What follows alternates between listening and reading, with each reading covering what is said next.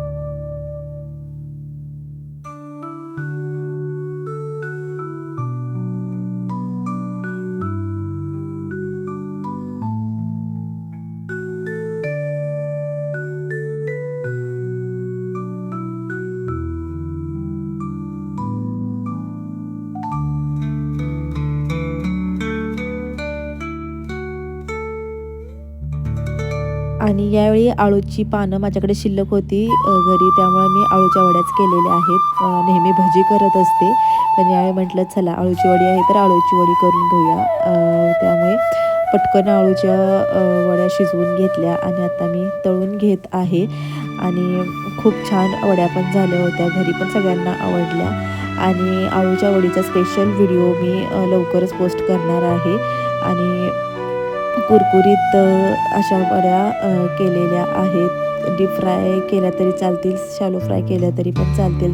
त्यानंतर मी बैलांच्या शिंगामध्ये अडकवण्यासाठी हे असं करत आहे. याला काय म्हणतात, काय म्हणतात मला ॲक्च्युली आठवत नाही आहे.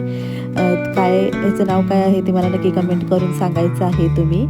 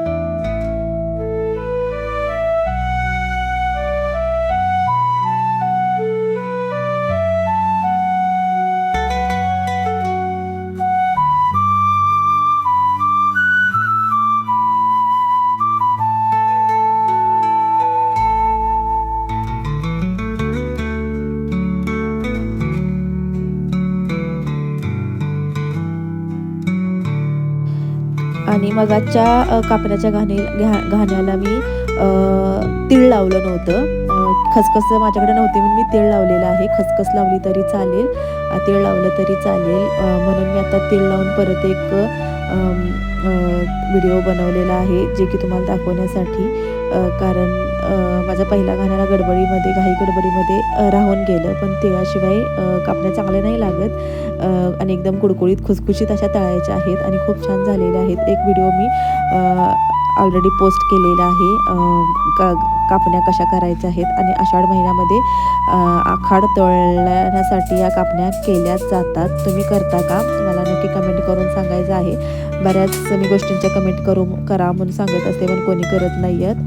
तर व्हिडिओ पूर्ण बघा.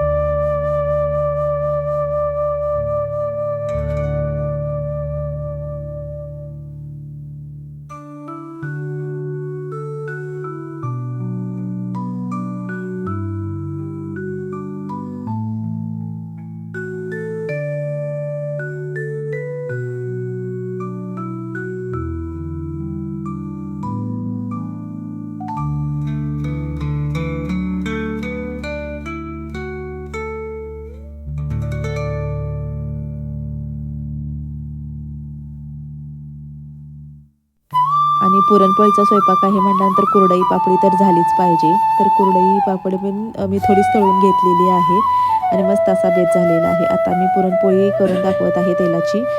पहिल्यांदा मी